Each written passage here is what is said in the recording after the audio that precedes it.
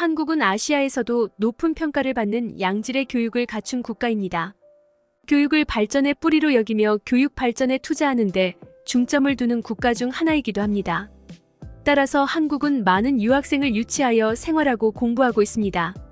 아니, 한국이 이렇게나 선진국인 나라였다고요? 한국으로 단체 교환 학생은 프랑스 대학생들. 공항 나오자마자 얼빠진 이유.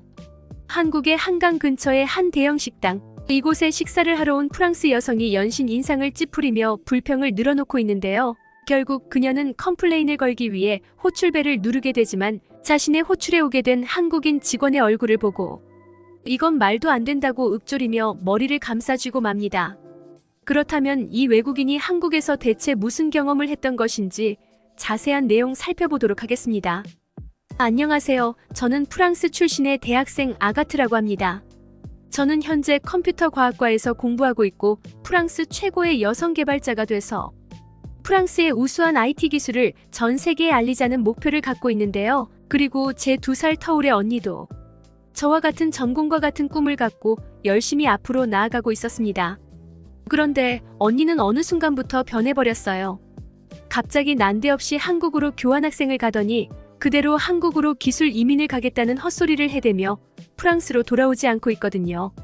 사실 언니의 이런 황당한 한국 사람은 어느 정도 징조가 보이긴 했습니다. 저와 언니는 매일같이 한국 드라마를 시청하며 힘든 공부에 대한 스트레스를 풀곤 했고 한국 드라마는 저희 자매 사이를 가족 이상으로 더욱 끈끈하게 만들어주는데 큰 도움을 줬죠. 한국의 다양한 콘텐츠들을 보다 보면 이 나라가 엄청난 문화 강국이라는 건 확실히 납득할 수가 있었습니다. 하지만 한국으로의 기술 이민이라니 저는 프랑스인으로서 뭔가 자존심이 상하기도 했고 저와 함께 프랑스 IT 산업의 미래를 책임지자는 꿈을 가졌던 언니가 프랑스를 버릴 생각까지 하고 있다니 저는 언니에게 엄청난 배신감마저 들었습니다. 결국 저는 이번 방학을 맞이해서 한국에 간 언니를 프랑스로 다시 끌고 오기로 했고 그렇게 저는 알 수 없는 분노의 감정을 가진 채 한국에 입국하게 되었습니다. 그러나 이러한 분노가 무색하게도 저는 한국에 오자마자 꽤나 당황할 수밖에 없었습니다. 왜냐하면 한국에서는 공항에서부터 고성능의 무료 와이파이가 제공되고 있었거든요. 사실 프랑스에서는 사용이 가능할 만한 무료 와이파이가 사실상 없다고 해도 무방할 정도고 간혹 잡히는 무료 와이파이들은 전부 다 해킹용으로 심어둔 미끼 와이파이인데요. 심지어 제가 나고 자란 리옹에서는 와이파이는커녕 인터넷조차 수시로 끊기는 형편없는 인프라를 가지고 있기에 저는 살면서도 몇 번씩이나 개발자의 꿈을 포기할 뻔하기도 했죠.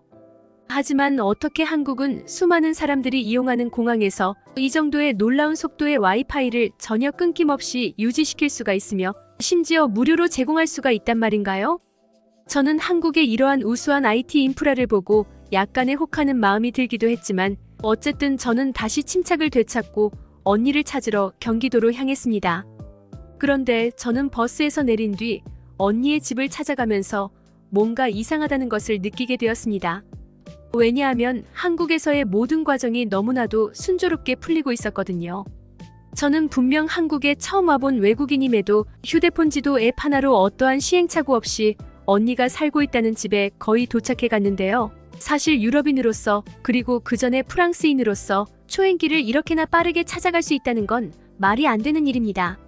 왜냐하면 애초에 유럽 웬만한 곳들에서는 지도 자체가 딱히 의미가 없거든요.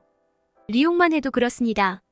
리옹은 주거지 정비가 너무나도 난잡하게 되어 있고 각종 불법 건축물들이 길을 막고 있는 경우도 많아서 지도와 실제 길거리가 완전히 다르거든요.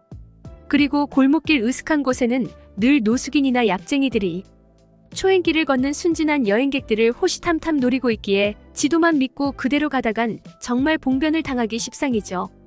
그런데 어떻게 한국은 지도가 알려주는 그대로 가도 위험한 곳을 전혀 찾아볼 수 없을 뿐만 아니라 지도와 실제의 모습이 일치할 수가 있는 걸까요? 저는 한국의 도시 인프라만큼은 세계 최고라고 느꼈고 도시관리도 무척이나 잘 되어 있는 모습을 보고 한국의 이러한 깔끔하고 감성적인 면에 언니가 홀려버린 거구나 싶었습니다. 언니는 노상방뇨를 하고 있는 사람들과 쥐가 뒤엉켜서 악마의 소굴로 변해버린 프랑스 골목에 매일같이 혐오감을 표하곤 했거든요. 그렇게 저는 언니 집 앞에서 언니에게 전화를 걸었고 언니는 제 깜짝 방문에 화들짝 놀랐는지 자신은 지금 일을 마치고 퇴근 중이니 집 근처 카페에서 잠시만 기다려달라고 하더라고요. 그렇게 저는 언니네 집 근처의 카페로 향하게 되었습니다. 그리고 한국 카페의 입장과 동시에 저는 매우 황당한 장면을 목격하고 말았죠. 왜냐하면 음료를 주문하려는 사람들이 카페 카운터에 모여 있는 게 아닌 웬 기계 앞에서 줄을 서고 있었거든요. 그랬습니다. 한국에서는 이미 모든 주문을 키오스크가 대신 받고 있었고 이러한 최첨단 인프라가 이 나라에서는 당연하게 여겨지고 있던 거였습니다. 하지만 저는 순간 엄청난 긴장감이 들었습니다. 사실 저는 키오스크가 어떤 방식으로 작동되고 어떻게 설계해야 하는지에 대한 공부는 했지만 역설적이게도 키오스크는 프랑스에서 거의 찾아볼 수 없는 기계기에 이러한 기계를 직접 다뤄본 적이 없거든요. 프랑스에도 키오스크를 도입하려는 움직임이 있긴 했지만 워낙 새로운 기술을 배우는 것을 두려워하는 보수적인 프랑스인들이기에 곳곳에서 신기술 반대 시위가 열리는 총극이 벌어지고 말았는데요. 이에 한술 더 떠 프랑스인들은 자신들이 왜 새로운 기술을 공부해야 하냐며 키오스크를 도입한 가게들에 대한 불매운동까지 벌이는 다소 한심스러운 모습을 보이기도 했죠. 그래서 저는 아직까지도 키오스크 다루는 법을 모르는 것입니다. 하지만 한국인들은 노인들마저 너무나도 능숙하게 키오스크를 다루고 있었고 그렇게 줄은 빠르게 줄어들어서 마침내 제 차례까지 오게 되었습니다. 저는 여기서 주문 실수를 한다면 정말 엄청난 망신일 거라는 생각에 긴장감이 들었고 그렇게 손을 덜덜 떨면서 앞사람들이 했던 행동을 그대로 따라 해보기 시작했어요. 그런데 얼마나 시간이 지났을까? 뒤통수에서 웬 알 수 없는 싸한 느낌이 나서 뒤돌아보니 웬 초등학생 정도 되어 보이는 한국인 꼬마아이가 저를 마치 원시인 보듯 한심스럽게 쳐다보고 있는 거 아니겠어요? 그리고 그녀는 놀랍도록 능숙한 영어로 도움이 필요하냐고 묻더니 제 메뉴를 3초 만에 주문해버리고 다시 자신의 엄마 품으로 돌아가더라고요. 저는 이러한 믿기지 않는 상황에 넋이 나가버리고 말았습니다. 아니, 어떻게 이 정도로 어린아이가 이렇게나 유창하게 외국어를 구사할 수 있는 것이며 나름 프랑스 명문대에 재학 중인 엘리트 대학생인 저보다도 훨씬 더 능숙하게 최첨단 기술을 다룰 수 있단 말인가요? 프랑스의 아이들은 영어는커녕 오히려 프랑스가 세계 최고이고 불어만이 위대한 언어라고 주장하는 과격 단체들의 끊임없는 시위 때문에 영어조차 제대로 못 배우고 있는 게 현실인데요. 그러나 한국은 프랑스와는 수준 자체가 다른 높은 교육 수준을 자랑하고 있는지 어린아이들조차 차원이 다른 모습을 보여주고 있었습니다. 저는 한국의 이런 선진적인 모습을 보고 어쩌면 저희의 미래라고 볼 수 있는 아이들이 성장했을 때 한국이 디지털 시대를 선도하는 것과는 달리 프랑스는 기술 경쟁에서 완전히 뒤처질 수도 있겠다는 자존심이 상하는 생각까지 하게 되었습니다. 아무튼 그렇게 저는 카페의 빈자리에 앉아서 언니가 도착할 때까지 약 30분간의 시간을 때우기로 했는데요. 그런데 저는 자리에 앉자마자 주변 한국인들의 모습을 보고 그만 경악을 금치 못하고 말았습니다. 왜냐하면 한국인들은 당연하다는 듯이 카페 테이블에 자신의 노트북을 올려놓고 문서 작업을 하고 있었으며 심지어 자신의 각종 전자제품들을 충전하는 사람들도 상당히 많았거든요. 또한 애초에 한국의 카페에는 미팅룸이라는 별도의 시설이 존재하고 있었고 대학생처럼 보이는 한국인 무리들은 그 공간에서 노트북을 사용하며 서로 학술 교류를 하고 있는 듯 했습니다. 사실 이건 프랑스에서는 정말 상상조차 할 수 없는 모습입니다. 프랑스의 카페에는 애초에 배터리를 충전할 전기 콘센트 자체도 거의 없을 뿐더러 이 콘센트를 이용해서 전기 충전이라도 한다면 그 즉시 전기 도둑이라며 욕을 먹고 쫓겨나 버리거든요. 심지어 몇몇 카페들에서는 카페는 커피를 마시는 공간이지 수다를 떠는 공간이 아니라며 애초에 테이블의 의자를 전부 빼버리고 추가금을 지불해야만 의자를 대여해주는 황당한 규칙을 정해놓기도 했죠. 그런데 한국의 카페는 대화뿐만 아니라 문화와 학술 교류의 장이 되고 있고 심지어 무료 콘센트까지 자리마다 설치되어 있다니 저는 한국의 이러한 모습에 그동안의 제 프랑스 생활에 회의감마저 들었습니다.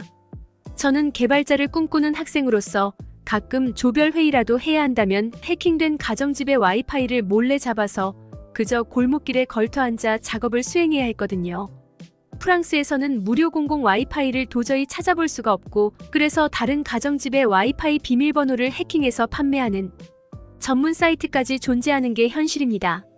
그러나 한국의 대학생들은 근처에 카페 한 번 가면 사무실 부럽지 않은 시설을 이용하며 회의를 수행할 수 있다니 저는 한국의 인프라를 보고 엄청난 부러움을 느낄 수밖에 없던 것이죠.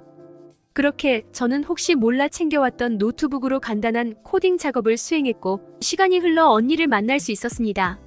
솔직히 그렇게나 분노에 가득 찼던 저였지만 그 짧은 틈에 제겐 한국에 대한 동경과 부러움의 감정이 싹트기 시작했고 뭔가 언니의 결정이 어느 정도 이해가 가기 시작했어요. 그래서 언니에게 왜 한국에서 살기로 결정한 거냐며 침착한 어조로 물어봤죠. 그러자 언니는 직접 겪고도 모르겠냐는 듯 눈살을 찌푸리더니 의인의 여기서 일주일만 살아보면 자신을 이해할 수 있을 거라며 일단 아무 생각 말고 한국을 즐겨보자는 말을 건네오더라고요. 그리고 그녀는 저를 한강이라는 곳으로 데려가기 시작했어요. 그런데 저는 한강에 도착하기도 전에 도저히 믿기 힘든 장면을 목격하고 말았습니다. 왜냐하면 제가 이동을 위해 버스 정류장에 도착했을 때 한국은 버스 정류장부터가 차원이 다른 모습을 보여주고 있었거든요. 일단 저는 버스 정류장 대기 좌석이 무척이나 따뜻해서 놀랐는데 언니는 한국은 이미 공공의자에조차 최첨단 AI 센서를 적용시켜 놓아서 온도를 자동으로 감지하고 내장된 열선으로 자동으로 온도를 조절하는 시스템을 구축해놨다고 하더라고요. 심지어 버스 정류장의 전광판도 수십 개나 되는 각각의 버스가 현재 어느 정류장에 있는지 그리고 몇 분 후에 도착하는지를 정확하게 계산하여 알려주고 있었는데요. 이건 매우 복잡한 알고리즘이 필요한 고급 기술로 프랑스에서는 구현할 엄두조차 못 내고 있습니다. 그러나 언니는 한국에서는 이미 십수년 전부터 저런 기술을 개발했다며 프랑스인들이 종이로 된 버스표를 가지고 다닐 때 한국인들은 이미 체계화된 버스 인프라를 누리며 단 1분도 늦지 않고 정시에 도착하는 버스에 탑승하고 있었다는 충격적인 말을 건네더라고요. 저는 한국에 수십 년이나 뒤져있는 프랑스의 현실을 깨닫고 말았고 그동안 저는 우물 안개구리였을 뿐이구나 싶었습니다. 하지만 놀라운 점은 이뿐만이 아니었어요. 언니는 그저 손바닥을 태그하는 것만으로도 버스비를 지불해버렸거든요. 저는 언니에게 지금 공상과학 영화 주인공처럼 필살기라도 쓴 거냐며 어떻게 그런 방식으로 요금을 지불할 수 있었냐고 호들갑을 떨었는데요. 그러자 언니는 쪽팔리게 왜 이러냐며 자신은 스마트워치에 내장된 카드로 버스 요금을 지불한 거라며 한국인들은 다들 휴대폰이나 스마트워치로 모든 결제를 하고 있다는 프랑스에서는 아직도 현금으로 버스 요금을 지불하고 있고 조금 교외 지역으로 나가본다면 아예 종이 버스 표까지 존재하는 거의 20세기의 모습을 보여주고 있는데요. 그러나 한국은 21세기는커녕 거의 22세기 사람들처럼 살아가고 있었고 저는 최첨단 기술을 공부하는 개발자로서 조국에 대한 알 수 없는 부끄러움이 들어 얼굴까지 새빨개지고 말았습니다. 그렇게 저희는 한강에 도착할 수 있었고 한강은 제게 정말 말도 안 되는 모습을 보여주더라고요. 한강의 공원이나 산책로 곳곳에는 사람의 동작을 감지하여 손을 대지 않고도 물이 나오는 식수대가 곳곳에 설치되어 있었는데요. 어떤 곳에는 현재 공기의 질이나 미세먼지 농도를 알려주는 기계까지 설치되어 있더라고요. 언니는 이 기계는 미세먼지 농도를 실시간으로 체크하고 미세먼지 농도가 매우 나쁨 수준으로 떨어질 경우 자동으로 일회용 마스크를 보급해주는 기능까지 탑재되어 있다고 말했는데요. 도대체 한국은 어떻게 이러한 최첨단 인프라가 도시 곳곳에 널려 있을 수가 있단 말인지 저는 한국의 너무나도 압도적인 수준의 약간의 반발 심리마저 느끼고 말았습니다. 그래서 그렇게 마스크를 퍼준다면 그러한 기능을 악용해서 마스크를 무더기로 갈취해서 팔아버리는 사람들이 분명 있을 거라며 이를 악물고 한국을 부정했죠. 그러자 언니는 한국인들은 프랑스인들과는 달리 염치라는 게 있는 사람들이라는 말을 건네더니 기계 앞에 CCTV를 보라며 한국인들은 마스크 한 장에 자신들의 인생을 거는 바보 같은 사람들이 아니라고 말하더라고요. 그녀의 말에 저는 프랑스는 왜 한국처럼 하지 못하고 있는 건가 싶어서 약간의 씁쓸한 기분마저 들었는데요. 사실 프랑스에도 센강 주변에 식수대가 설치된 적이 있는데 식수대가 설치됨과 동시에 각종 노숙인들과 불황자들이 달려들어 식수대를 점령해버렸거든요. 그들은 그곳에서 세면이나 샤워를 하기 시작하더니 식수대에서 물을 받고 그 물을 관광객에게 돈을 받고 판매하기 시작했고 결국 식수대 주변이 슬럼화가 됨에 따라 정부는 식수대를 강제로 철거할 수밖에 없었습니다. 그러나 한국인들은 완벽에 가까운 시민의식을 기반으로 나라에 더욱 편리하고 기술적인 인프라가 가득하도록 노력하고 있다는 점이 너무나도 존경스러우면서도 부러웠습니다. 프랑스는 애초에 기술 강국의 전제 조건인 시민의식부터가 수준 미달이라는 점은 그동안 프랑스인으로서의 자존심이 상당히 높던 제게 엄청난 좌절감을 안겨주기에 충분했죠. 그렇게 저는 풀이 죽은 채 언니를 따라갔고, 언니는 자신이 자주 방문하는 식당이 있다며 저를 어디론가 데려갔습니다. 역시나 저희가 방문한 식당도 모든 주문을 기계가 대신 받아주고 있었는데요. 이번에는 키오스크 대신 고가의 태블릿 PC가 자리에 구비되어 있었고, 한국 경력이 상당한 언니는 능숙하게 기계를 다루며 주문을 마치더라고요. 그러나 놀라움도 잠시, 저는 음식이 나옴과 동시에 도저히 말이 안 되는 장면을 목격하고 혀를 내두르고 말았습니다. 왜냐하면 한국의 음식점에서는 주문뿐만 아니라 음식 서빙까지 기계가 대신해주고 있었거든요. 기계는 한치의 오차 없이 저희의 테이블로 음식을 서빙해줬고, 저는 이러한 깜짝 놀랄만한 상황에 당황한 나머지 음식이 입으로 넘어가는지 코로 넘어가는지 모르게 식사를 할 수밖에 없었습니다. 사실 프랑스의 식당 직원들은 매우 불친절하기로 유명한데, 오죽했으면 프랑스의 식당들은 직원들이 전부 기계로만 대체됐어도 매출이 3배는 올랐을 거라는 말까지 있을 정도죠. 그러나 프랑스는 절대로 서빙 직원을 기계로 대체할 수가 없습니다. 왜냐하면 기술도 기술이지만 일단 프랑스인들은 한국인들과는 달라서 이러한 고가의 기계들이 보이면 수단과 방법을 가리지 않고 훔쳐가 버리거든요. 제가 이러한 한국과 프랑스의 수준 차이에 체념한 듯 고개를 떨구자 언니는 이제야 자신의 뜻을 알겠냐며 저를 다독여줬는데요. 그리고 한국이야말로 저희의 꿈과 열정을 알아줄 만한 기술 강국이라며 한국에서의 교환학생 경험은 그동안 프랑스의 엘리트 대학생으로 살아가던 자신일지라도 그저 우물안개구리였다는 현실을 인지시켜줬다고 말했죠. 언니는 이러한 최고의 IT 선진국에서 우수한 한국인들과 교류하며 개발자로서 더욱 훌륭한 커리어와 실력을 쌓고 있다고 했는데요. 결국 저는 언니를 찾으러 왔다가 오히려 한국이라는 늪에 완전히 빠져버려서 언니와 함께 한국으로의 기술 이민을 준비하는 중입니다. 모든 직업에서 가장 똑똑한 사람들은 지식과 경험만 배우는 것이 아닙니다. 하지만 그들은 또한 다른 사람들과의 일상적인 만남을 통해서도 배웁니다.